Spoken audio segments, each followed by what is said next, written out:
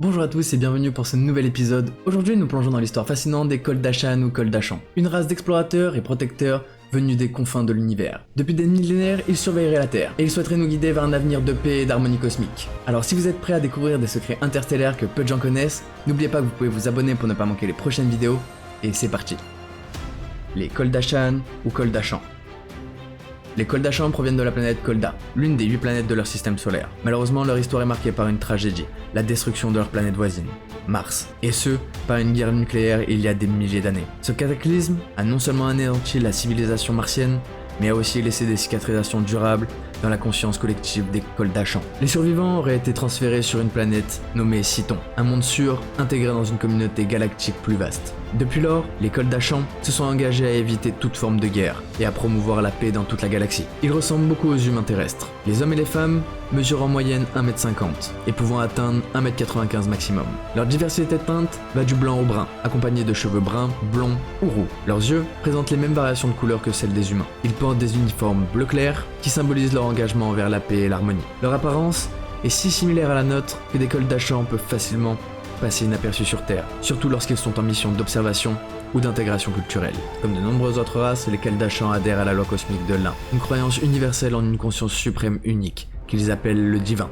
Selon eux, cette conscience est la source de toute existence, visible et invisible, et guide toutes leurs actions. Leur philosophie met l'accent sur l'interconnexion de toute vie, et l'importance de respecter chaque être en tant que partie intégrante du grand destin cosmique. Ils considèrent que chaque action peut avoir des répercussions à l'échelle de l'univers et que leur rôle est de maintenir un équilibre harmonieux. Leur longévité spirituelle et physique est un signe de leur harmonie avec le divin. D'après les écrits, les Koldashan ont visité la Terre à plusieurs reprises, avec des apparitions marquées à l'époque de l'Atlantide, puis plus récemment dans les années 1940 et 1960. Leur mission principale était d'aider l'humanité à évoluer vers la pleine conscience. Et pour ce faire, ils ont formé des futurs commandants qui sont affectés à la surveillance de la Terre. Ces commandants doivent d'abord vivre parmi nous pour apprendre notre langage et nos coutumes. Ils doivent s'intégrer discrètement dans notre société. Parfois, ces commandants révèlent leur véritable identité à des individus spécifiques, souvent des graines d'étoiles, et ce, pour les aider à accepter la réalité cosmique et à élever leur conscience. Les Koldashan ont également essayé à plusieurs reprises de contacter les gouvernements terrestres pour leur offrir des solutions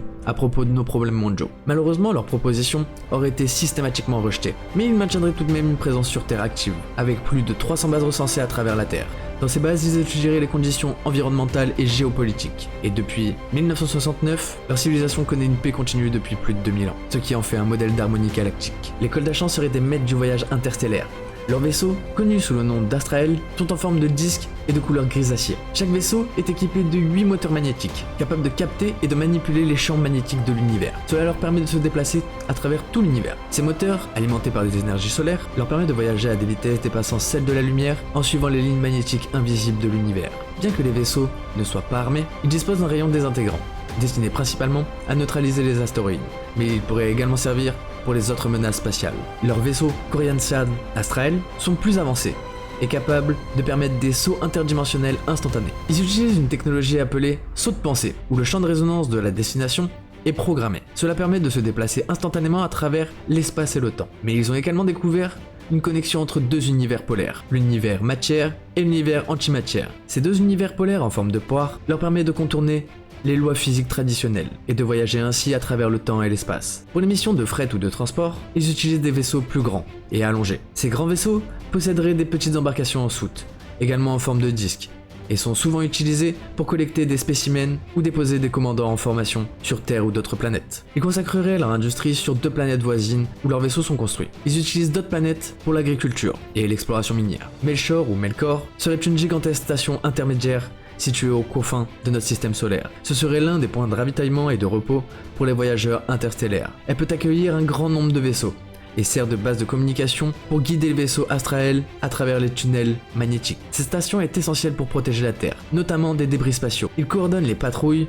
qui les désintègrent avant qu'ils n'atteignent notre planète. Les Koldashan sont des êtres pleinement conscients et télépathiques. Pour faciliter leur communication avec d'autres races ou leur propre technologie, ils utilisent des casques argentés, qui sont très légers et qui amplifient leur capacité télépathique. Ces casques permettent aussi de communiquer avec le cerveau organique de leur vaisseau. Ils traduisent automatiquement les langues et intègrent même un système de navigation. Grâce à leur technologie, ils ont un accès immédiat à de vastes connaissances universelles. Toutefois, il est marqué qu'ils attendent patiemment que l'humanité atteigne un certain niveau de conscience similaire pour partager leurs connaissances sur les mystères de l'univers, des galaxies et des systèmes solaires. En attendant, ils enregistrent des messages de sagesse dans des cristaux hautement vibratoires qui seront prêts à être utilisés lorsque nous serons prêts à les comprendre. Les Koldachans sont capables de voyager à travers plusieurs dimensions. Ils ont une compréhension avancée des mécanismes de l'espace-temps et peuvent voyager entre différentes couches de la réalité. Leur objectif est de préparer le monde à la transition vers la 5e dimension, là où la physicalité devient plus éthérée et se rapproche de la perfection divine. En travaillant avec d'autres nations stellaires, ils aident à coordonner cette transition cosmique,